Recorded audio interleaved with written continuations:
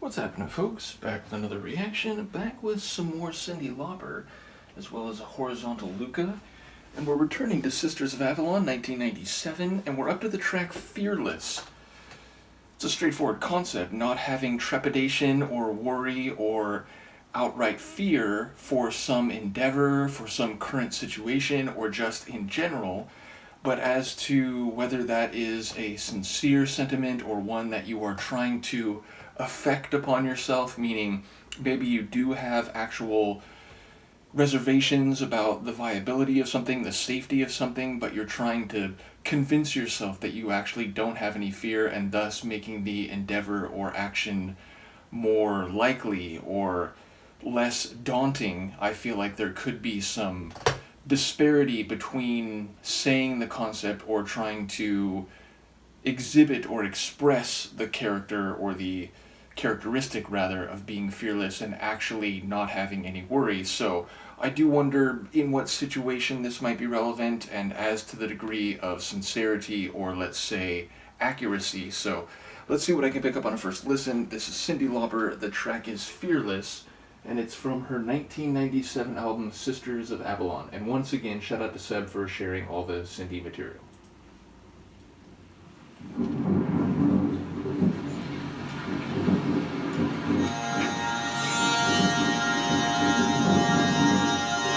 I thought it was a sitar for a second.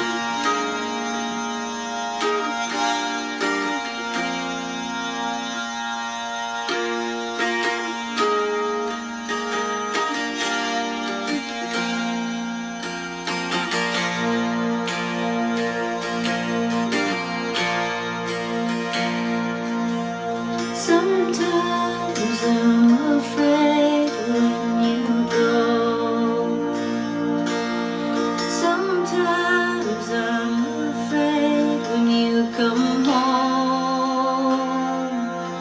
Underneath it all, I think I'm afraid when there's nothing wrong. But if I was fearless,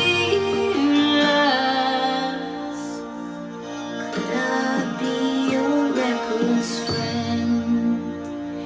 And if I was helpless, could you be the one comes rushing in? There's something that I've never told. When I find myself slipping off of my pedestal, I'm a fierce believer, afraid to fall. But if I was fearless, could I be your reckless friend? And if I was helpless, could you be the one comes rushing in? Sometimes I'm afraid of the dark. I can't find the light in my heart.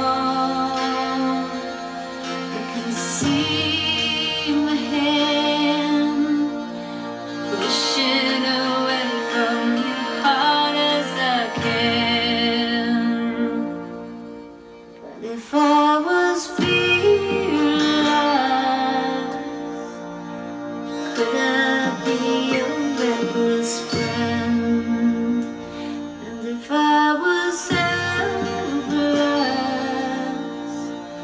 could you be the one comes rushing in? Sometimes I'm afraid when you go.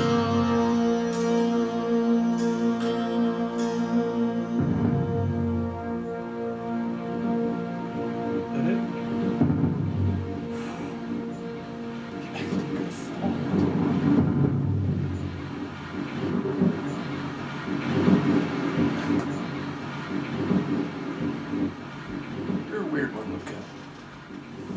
a fascinating tune. So shorter, that feels like that was like maybe 3 minutes, not even that? Just barely, yeah, a little over 3 minutes.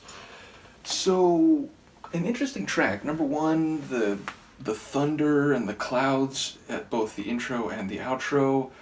It's very atmospheric and suggests emotional storms or an overcast psychological feeling. I would say it was very much exploring the hypotheticals of being afraid versus if you weren't afraid, the idea of if I was fearless, this might be the case or this might happen. So it was presented in a hypothetical or a theoretical, and talking about very simple fears like being afraid of the dark, but then also more specific, narrow, and situational fears, being scared for someone coming home, which there's a danger that's suggested by that, but then being scared if someone was to leave and wondering, what was it? So, if I was fearless, I could be your reckless friend? Is that what the line was? But then also, if I was helpless, was it? Then you could come rushing in, meaning as I took it in the moment,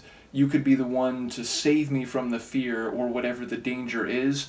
So it seems to be a series of questions or explorations about the narrator's connection to this other person, presumably, or at least I would expect that to be in relation to a significant other, a lover, a partner, but seemingly not feeling clear-cut about what their dynamic is and wondering what strength or lack thereof the other person brings to their life, and maybe vice versa.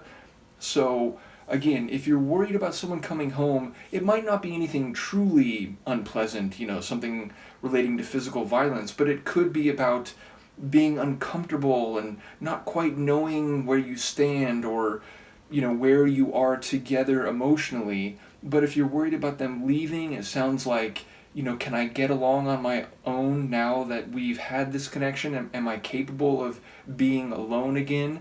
So, yeah, it speaks to the contours of a relationship, but there's a lot of questions more than answers, and certainly I would expect there to be fear or lack thereof operating on multiple levels. Again, the question of sometimes I'm afraid of the dark, that's as human as any other fear, and that, surely somewhere in our cultural history around the globe in pre-industrial eras, darkness means uncertainty, it means coldness, it means potential danger, either from other humans or non-human living things, or indeed just inclement weather.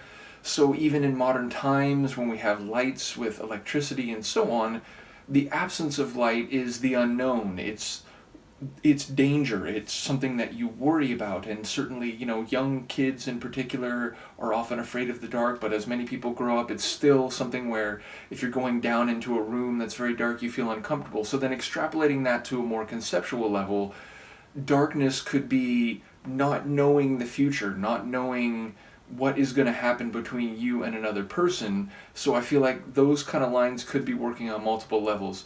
Either way, a very tender vocal performance from Cyndi, a very vulnerable type of vocal performance, which seems to fit with the themes at play if I'm hearing some of the lines correctly. And ultimately, another track which seems to have a bit of an Eastern feel. At first, it sounded like there's it's not like a bagpipe, but there's like a wind-based instrument that is sometimes heard in Eastern music, and I thought it was going to be that and a sitar, and I don't think it actually was a sitar, but as the tune went along, whatever the instruments were, it still very much had a mid-Eastern sort of feel to some of the sonics, maybe not as comprehensively as one of the tracks earlier on the album, which I'm blanking on which one that was now, but either way, was it Mother? I think it was Mother, because it was Mother Earth. I think that's the one it was. Nevertheless, the non-typical pop sound of this record has very much come through across the course of the album, and this one just continued that. So I think there's maybe one more. Was that the penultimate tune? Let me get a check here.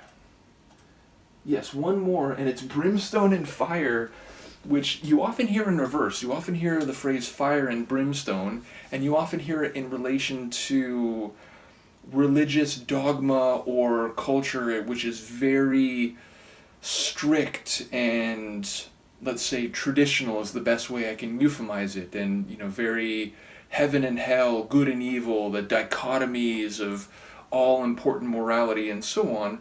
So I wonder if that might be heading in that direction, but taking a unique Cyndi-like take on it, or spin on it. So I guess we'll think about that when I come back the next time. Let me know what you think of this, and I will see you then. Peace.